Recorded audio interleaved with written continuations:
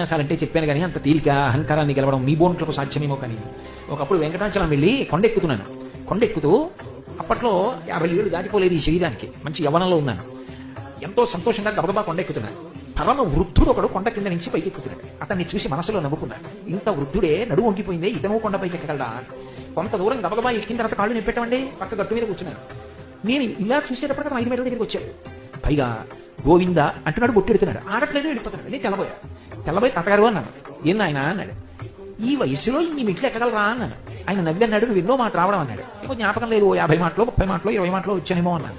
ఆయన అన్నాడు నాతోటి, నేను ఈ కొండకి దగ్గరలో ఉన్న ఊళ్ళోనే ఉంటాను. నేను పుట్టింది మొదలు ఈ కొండ ఎక్కుతూనే ఉన్నాను. నాకు ఇప్పుడు 90 ఏళ్ళు. కొండ ఎక్కే వరకు ఆగను, నువ్వు ఆగేవు. నేను మామూలుగా ఎక్కను, వంగి బొట్టు పెడుతూ ఎక్కుతాను. అడుగు తీస్తే గోవిందా, అడుగు వేస్తే గోవిందా. నేను నమ్మింది అంతే. నేను అనుకున్నాను చూడవలసింది. ఆగనంటున్నాడు కొండ ఎక్కే వరకు ఇంత వృద్ధుడు. ఆయన గోవింద అంటున్నాడు, బొట్టెడుతున్నాడు, ఎక్కేస్తున్నాడు. గోవింద అంటున్నాడు, ఎక్కేస్తున్నాడు. కొంత దూరం ఎక్కాను, ఎక్కలేకపోయాను. ఆగాను. ఆయన ఎక్కేస్తూనే ఉన్నాడు. కాసేపటికైనా కనుమరుగైపోయి ఆఖరణ కనుమరుగైపోయే ముందు వెనక్కి తిరిగి నవ్వాడు. నాకు అప్పుడు వీపు మీద కొరడాతో కొట్టినట్టు అయింది. తగ్గిందా అహంకారం? స్వామి నటించుచుండు ఈ శైలమందు. ఎక్కడ చిన్న అహంకారం వచ్చినా దిద్దడానికి సిద్ధంగా ఉంటాడు. బహుశా ఆయనే ఆ రూపంలో అలా ఎక్కాడు.